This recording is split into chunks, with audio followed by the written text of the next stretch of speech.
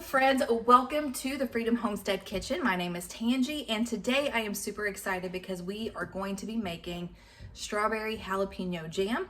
I'm going to be using my good friend Constance's recipe, and I'm just going to link her blog post down below where you can get the recipe. You can also print it off. I'm following it word for word and I'm not changing anything. I'm really excited about this recipe because we grow strawberries and jalapenos here. And even though what I am using today is not what I grew, because we had a really bad pest problem this year. And so I did not get to keep as many of my strawberries as the little bugs got to eat. So these are store-bought strawberries. And yeah, this is gonna be super delicious. And this video is part of an amazing collaboration, Jam It Up June, started by Tony over at Kale Kitchen. And I was really honored when he asked me to do this. This is a month long.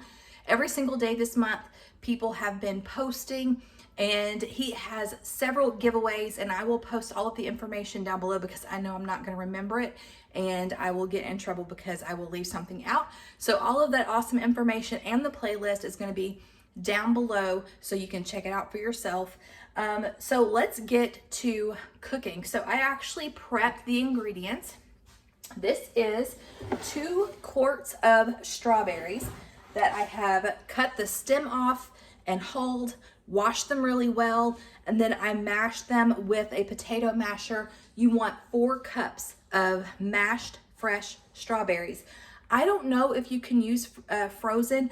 I looked and scoured the internet for recipes using frozen strawberries because I was hoping to do that because that would have been so much easier. And a lot of the strawberries that I was able to keep from my garden, I froze. But I did not see any recipes where you can use frozen strawberries, in case you were wondering. So this is fresh from the store. I actually got these on sale at Meijer for 99 cents a quart. I was really happy about that. So this is $2 worth of strawberries right here. And then the next thing you need is a cup of minced jalapenos. These are not my jalapenos because mine are not ready yet. But this was 88 cents for the bag at Aldi. To mince my jalapenos, I first cut the tops off and then split them down the middle. Using my paring knife, I used it to cut out the membrane, the veins, and the seeds. This keeps the jam from getting too hot. Then I just cut the jalapeno into smaller pieces so it would fit on the blade on my chopper, and I just used the mincing sized blades, and it worked out beautifully. And I did that until I had a cup of minced jalapenos, no seeds. The next thing you need in your recipe is some lemon juice. And again, the amounts will be in Constance's blog post. You also need 7 cups of sugar. And then also you need some pectin. We're going to use 1 package of, need some pectin, 1.75 ounces, and you just need some thyme. And then, not thyme the herb, thyme the thing, the noun. Well, actually the herb is a noun too. You know what I'm saying, the thing, T-I-M-E. And that's it. We're going to can these in 1/2 pint jars, so it's going to take no time at all. So I'm going to bring you over here. We're going to dump everything in the pot, and we're going to make some magic happen. So let's do this.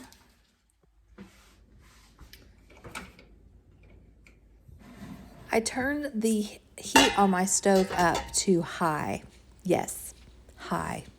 And then I dumped my strawberries into my large stainless steel stock pot. And you want to use a large pot because this is going to boil and expand, and you want more room in your pot than you think you're going to need because it will get messy. I also added my 1 cup of minced jalapenos. Then I'm adding my 1/4 cup of lemon juice.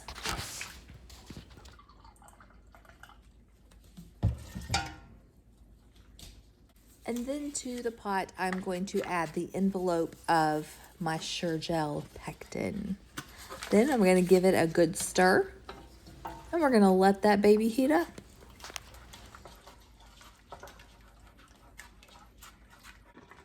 All right, this smells so good.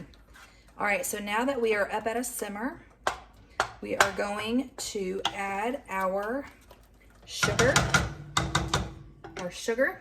And this is gonna be 7 cups of sugar, which is crazy, but it is jam.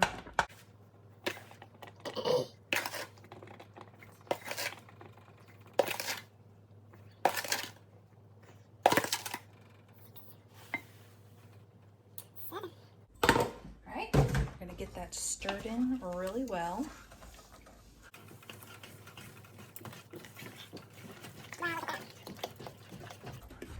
Okay, we're gonna bring this to a rolling boil, and it's gonna boil for 1 minute.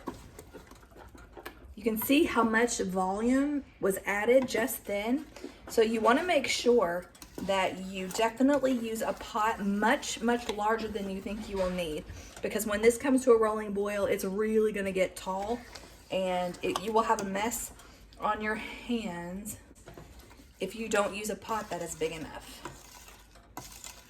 So this is a hot water bath canning project. I do have my pressure canner back here, but I'm not gonna be using it as a pressure canner. I'm just gonna be using it to water bath can. I do have a water bath canner, but I am lazy, and it was in a point that was hard to reach. This was in the front, so I just grabbed it. I've got my rack down there. I also have a few inches of water. You want just enough water that when you put your 1/2 pint canning jars in there, oh no, this one's broken. When you put your 1/2 pint canning jars in there, that it is over the top about 1 inch. So while I am waiting for this to get to a boil, I'm going to prep my jars and my lids, which you want to actually do that before you start this process. Oh, I am so tempted to lick the spoon. All right.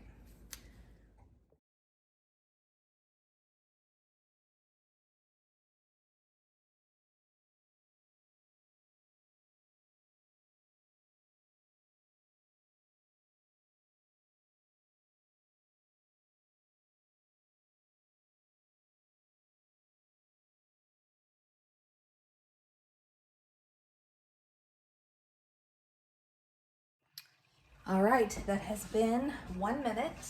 So we're gonna cut the heat off. I've got my water going back here to get warm so I can put hot jars with hot filling into the hot canner.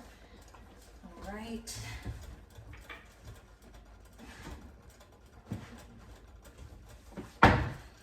Here we go.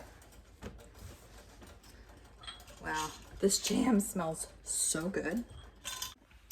All right, I just double checked the instructions. It does not say anything about skimming the foam off, so I'm just gonna go ahead and work with what I've got. We're gonna fill the jars to 1/4 of an inch headspace.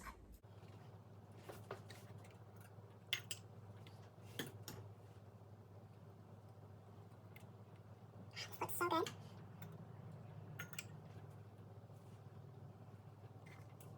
I'm beginning to think I grabbed the wrong jars. That's 1/2 inch.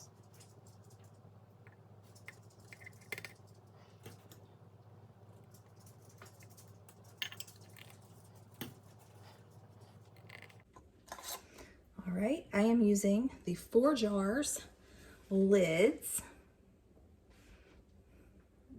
And if you want a discount on 4 jars lids, I have a code for you down in the description box below. They are awesome. I have had 100% success with sealing so far. They have done really, really, really well for me.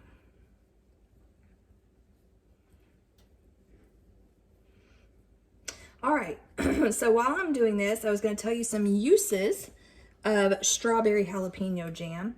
Like with most pepper jellies, you can put this over a block of cream cheese and serve it with crackers or baguettes. This would be really amazing and a nice little change up with ham. You can put this on ham. You can put this on a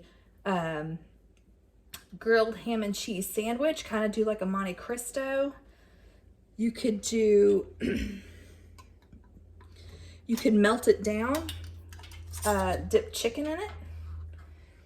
You could even melt it down, add a little bit of vinegar, like apple cider vinegar or a white wine vinegar, just a little bit, melt it down and use it as a jalapeno popper dip, kind of like the berry sauce that you get at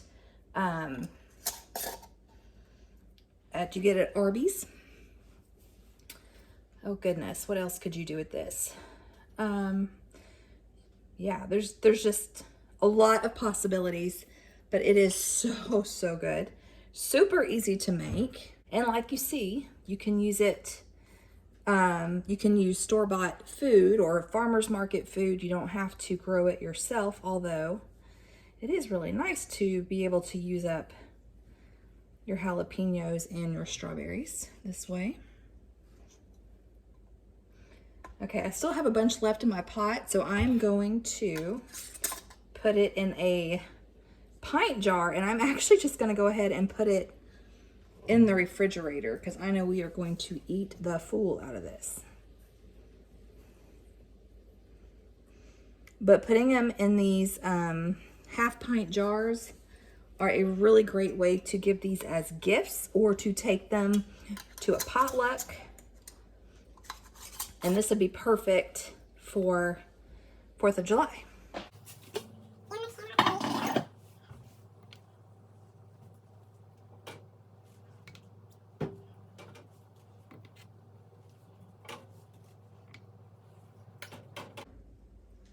And once these come to a rolling boil, we're gonna time it and process it for 10 minutes. I'm gonna put the lid on, but just to hold the heat in so it will come to a boil faster. So there is all of it. There we go. And I'm not even gonna seal it, and I'm not gonna put my weight gauge on. I'm just putting it on there. All right, when we come back, it'll be time to take them out. All right, y'all. I've already actually had one of these. This is so good. So this is just a butter cracker with some cream cheese and a little bit of the strawberry jalapeno jam. It is stupid good. I said it, stupid good.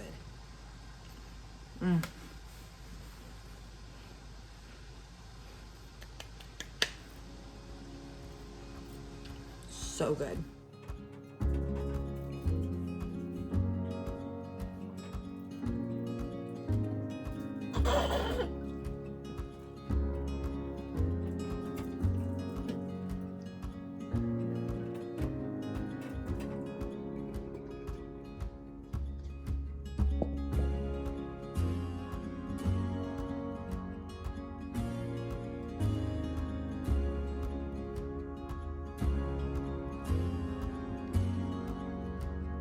I hope you guys enjoyed this video. Don't forget to check the description box below for the playlist and the details of the giveaways. Super amazing things that are happening. Tomorrow, our good friends, Jason and Heather Crabb over at Hodgepodge Homestead is going to be sharing their canning recipe. So be sure that you are following them so you don't miss it. And again, another huge thank you to Tony from Kettle Kitchen for inviting me to be part of this collaboration. Until next time, remember to be vigilant, be prayerful, and be prepared. And we'll catch you on the next one. Bye, guys.